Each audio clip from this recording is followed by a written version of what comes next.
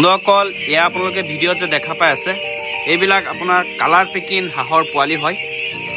তো আমাৰ ফাৰ্মাৰ এজনে 500 কালাৰ পেকিং হাঁহ পোৱালি লৈ ফাৰ্ম ষ্টাৰ্ট কৰিছিলে।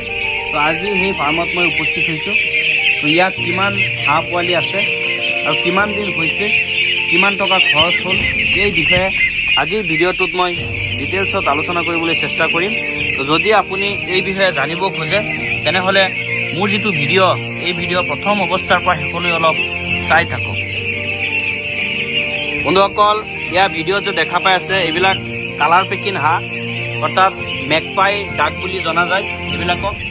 তাৰ বিশেষকৈ আপোনাৰ গাৰ বৰণ কিছুমান ফুল্লি বগা থাকে, কিছুমান ব্লেক থাকে, কিছুমান আপোনাৰ ডিঙিটো বগা থাকে আৰু কিছুমানৰ বগা বগা গাত আপোনাৰ ব্লেক কিছুমান ফুট থাকে। এয়া দেখা পাই আছেনে? তো এনেকুৱা আপোনাৰ বৰণৰ থাকে, এইবিলাকক কালাৰ পেকিং হাঁহ বুলি কোৱা হয়।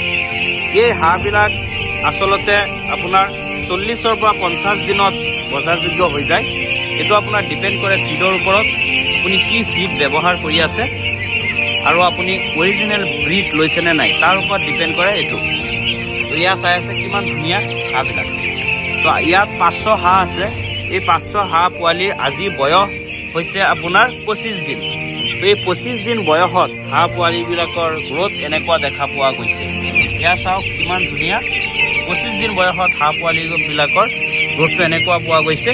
বন্ধুসকল এই 25 দিন বয়সত বহুতো ফাৰ্মাৰে জানিব খুজিব যে কিমান দানা খালে। বন্ধুসকল এই 25 দিন বয়সত 10 বেগ দানা খালে। বন্ধুসকল 11 বেগ দানা তেখেতৰ কৈছে হিচাপত, কিন্তু 1 বেগ দানা আছে মই চাইছোঁ। 10 বেগ দানা কমপ্লিট কৰিছে। প্ৰত্যেকটো বেগৰ ওজন থাকে আপোনাৰ 50 কেজি, মানে 500 আপোনাৰ হাঁহ পোৱালিয়ে 500 কেজি আপোনাৰ দানা খাইছে, মানে 1 কেজিকৈ দানা খাই দিলে 25 দিন বয়সত। চাই আছেনে? 25 দিনত আপোনাৰ 1 কেজি দানা খাই দিলে এই হাঁহবিলাকে। বন্ধুসকল আকৌ কৈছোঁ 500 কালাৰ পেকিং হাঁহ আজি 25 দিন বয়স। এই 25 দিন বয়সত হাঁহবিলাকৰ ওজন এনেকুৱা হৈছে, ক'বলৈ গ'লে প্ৰায় 1 কেজি দেখা পোৱা গৈছে, 800-900 কেজি এনেকুৱা হৈ গৈছে। কিছুমানে আপোনাৰ বিশ্বাস নকৰিব চাগে, আপুনি এনেকৈ দাঙিলে গম পাব।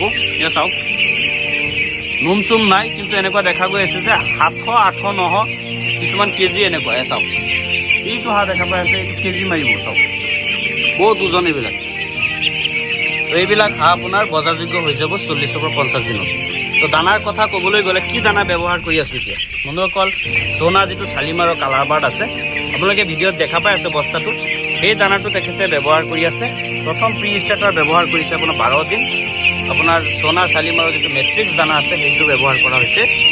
তাৰপিছত এতিয়ালৈকে ষ্টাৰ্টাৰ চলি আছে, তাৰপিছত ফিনিচাৰ চলিব। বন্ধুসকল এই আপোনাৰ কালাৰ পেকিং যে হাঁহ আছে, ইয়াৰ যদি পোৱালিবিলাক লাগে কাৰোবাৰ, মানে এইবিলাক পোৱালি নহয়, 0 পোৱালি লাগে, তেনেহ'লে আমাৰ লগত যোগাযোগ কৰিব। আমি ডেলিভাৰী এটা ব্যৱস্থা কৰাই দিম। সমগ্ৰ অসমতে পোৱালি ছাপ্লাই দি আছোঁ। বন্ধুসকল এই 25 দিন বয়সত এই হাঁহবিলাকে আপোনাৰ হাঁহে 1 কেজিকৈ দানা খোৱা দেখা গৈছে। এতিয়া চব কিমান ধুনীয়া চাইজবিলাক। যদি আপোনালোকৰ 0 পোৱালি লাগে, এইবিলাক পোৱালি নহয় আকৌ 0 পোৱালি লাগে, আমাৰ লগত যোগাযোগ কৰিব। অৰিজিনেল যিটো পোৱালি আছে আমি দিবলৈ চেষ্টা কৰিম যিমান পাৰোঁ। মোৰ লগত যোগাযোগ কৰিলে হ'ল, যিটো নাম্বাৰ দিয়া আছে নাম্বাৰত যোগাযোগ কৰিম। বন্ধুসকল আজি ভিডিঅ'টো মই এইখিনিতে সমাপ্ত কৰিছোঁ। মোৰ ভিডিঅ'টো কেনেকুৱা লাগিল প্লিজ কমেণ্ট বক্সত কমেণ্ট কৰি জনাই দিব, আৰু আপোনালোকৰ ভাই বন্ধুসকলৰ লগত অলপ শ্বেয়াৰ কৰি দিব। বন্ধুসকল মোৰ চেনেলটো যদি এতিয়ালৈ আপুনি ছাবস্ক্ৰাইব কৰা নাই তেনেহ'লে প্লিজ ছাবস্ক্ৰাইব কৰি নিজৰ কৰি লওক, কাৰণ ইয়াত হ'লে মীন পালন, পশুপালন এইবিলাক বিষয়ৰ লগত জড়িত ভিডিঅ' আপলোড দিবলৈ মই চেষ্টা কৰোঁ। বন্ধুসকল মোৰ ভিডিঅ'টো প্ৰথম অৱস্থাৰ পৰা শেষলৈ চোৱাৰ বাবে অসংখ্য ধন্যবাদ জনাইছোঁ।